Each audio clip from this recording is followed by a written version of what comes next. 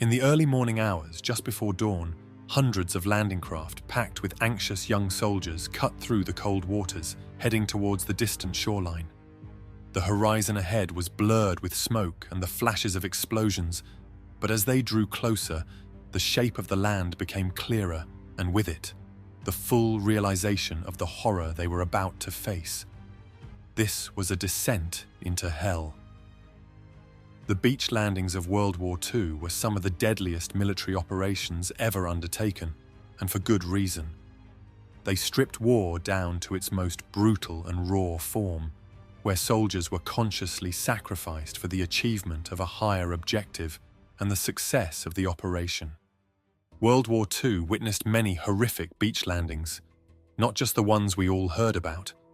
Before the infamous landings at Normandy or the brutal island assaults in the Pacific, there were early catastrophic operations that had to happen for lessons to be learned and mistakes to be corrected. Beach landings were an integral part of the war, necessary to establish footholds or open new fronts, paid for in blood by the soldiers who spearheaded them. What characterized these operations was that, despite long and detailed planning, anything that could go wrong would go wrong. The concept of storming a beach under fire wasn't new to World War II, but it was during this conflict that the strategy was refined, and at a horrific cost. The first major amphibious assault of the war was the British-led raid on Dieppe, France, on August 19, 1942. What it became, however, was a lesson in everything that could go wrong during a beach landing. By the end of the day, over 60% of the attacking force was killed, wounded, or captured. The raid was a catastrophic failure, but it provided the Allies with crucial insights into everything that could happen during amphibious assaults and the need for surprise, overwhelming firepower, and better coordination between land, sea, and air forces.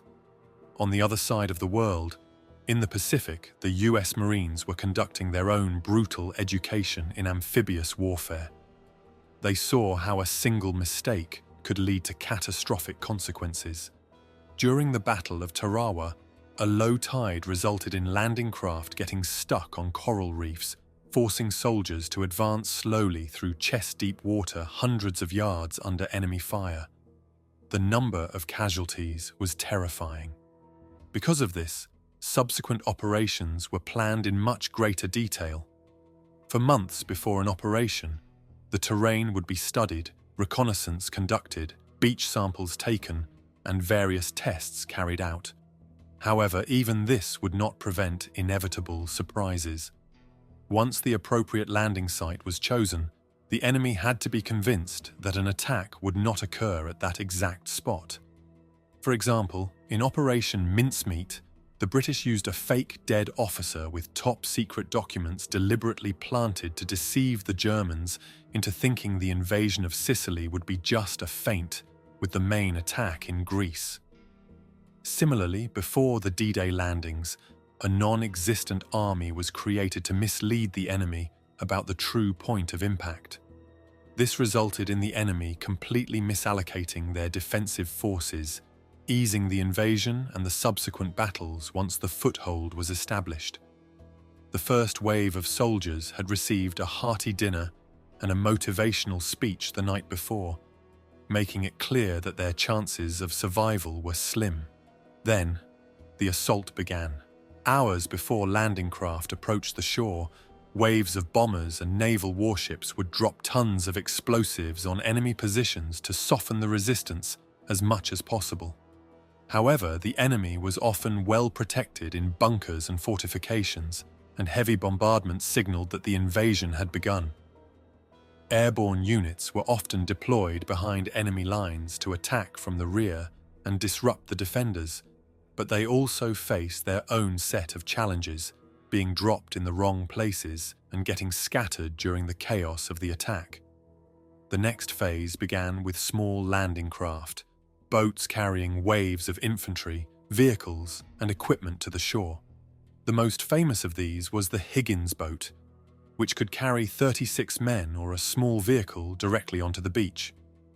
It allowed troops to disembark quickly and in large numbers, giving them a chance to overwhelm the enemy defenses through sheer force. Made of wood with a steel ramp in front, once it went down, the soldiers were on their own. The first wave was always catastrophic, with soldiers in dense groups on open terrain directly in front of enemy machine guns, interlocking fields of fire and artillery, creating a catastrophic combination. They fell by the hundreds. Those not cut down by rifle fire and artillery faced booby traps, minefields, obstacles, barbed wire, and various traps purposely designed to slow them down as much as possible. The Germans had mines atop wooden poles underwater, which couldn't be seen, and for the infantry, a similar trap was used with improvised shrapnel bombs placed on poles at hip height, called castrators. Engineers had to clear those obstacles in impossible, chaotic conditions under brutal fire. Many landing craft got stuck on obstacles or were directly hit by artillery, and many soldiers, seeing that they would surely be shot, tried to jump from the sides of the landing craft, only to drown in the rough sea, pulled down by the weight of their equipment. Infantry would use a moment to advance, while machine guns had to reload or change barrels. Meanwhile, mortars and artillery shells were landing everywhere. Tanks designed to support the infantry were either lost in the rough seas or quickly destroyed after reaching the beach. Instructions for soldiers on D-Day, for example, were to not stop on the beach under any circumstances and not try to help anyone until the beach was secured. Eventually, the sheer number of soldiers overwhelmed the beach, reaching enemy positions and cover from where they could act more effectively and establish a foothold. After brutal close combat, using bombs, flamethrowers, and explosives to clear enemy positions, they secured a beachhead. But even that didn't mean the end, as enemy counterattacks followed, putting the entire operation at further risk. Eventually, with great effort and sacrifice, they secured and held the beach until reinforcements arrived, from which a new front and a new campaign would begin. This was what landings in Europe looked like, such as the famous Omaha beach landing, but there were also many other important landings that are not widely known. There was Operation Husky in Sicily and Operation Shingle at Anzio, Italy, where soldiers were pinned down for months by German counterattacks, leading to heavy casualties before the eventual push toward Rome. Although not nearly as well known, all these landings were brutal in their own way. As for the Pacific, amphibious assaults were different but equally terrifying. Here, the US Marines encountered completely different terrain, climate, and enemy. They had to invade Japanese-held volcanic islands with dense jungles and rugged terrain. The beaches were narrow with natural obstacles, and volcanic ash created a nightmare for any type of vehicle, making them stuck and sitting ducks. In the beginning, during the Allied island-hopping strategy, attacking numerous smaller islands, Japanese forces defended themselves in a manner similar to Axis forces in Europe, waiting on the beach to mow down advancing Allied soldiers. However, later they devised a more cunning and perhaps even more terrifying tactic. Approaching the beach at great speed, Allied soldiers expected relentless fire from the enemy as soon as the ramps dropped. But when they hit the beach, stormed out of their landing crafts, there was nothing, complete silence. They advanced slowly and carefully, and everything seemed as if there was no one on the island. Some thought the island was abandoned, and even breathed a sigh of relief that they hadn't received the brutal welcome they had in previous attacks. But just then, precisely aimed artillery started raining on their positions. Then, as they advanced, machine guns erupted and horrific infantry charges began. After the brief initial shock and securing the foothold, one by one, soldiers began falling to sniper fire and booby traps.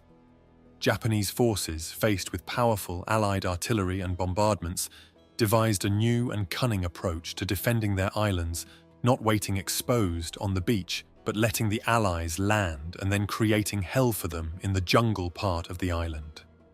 Well-planned defenses with tunnel systems and pillboxes created some of the deadliest and most horrific battlefields in history. We must honor the courageous men who led these dangerous missions, fully aware they might not return and sacrificing their lives for what they believed was right. It is deeply tragic and sad how so many young lives were lost during one of the darkest periods in our history.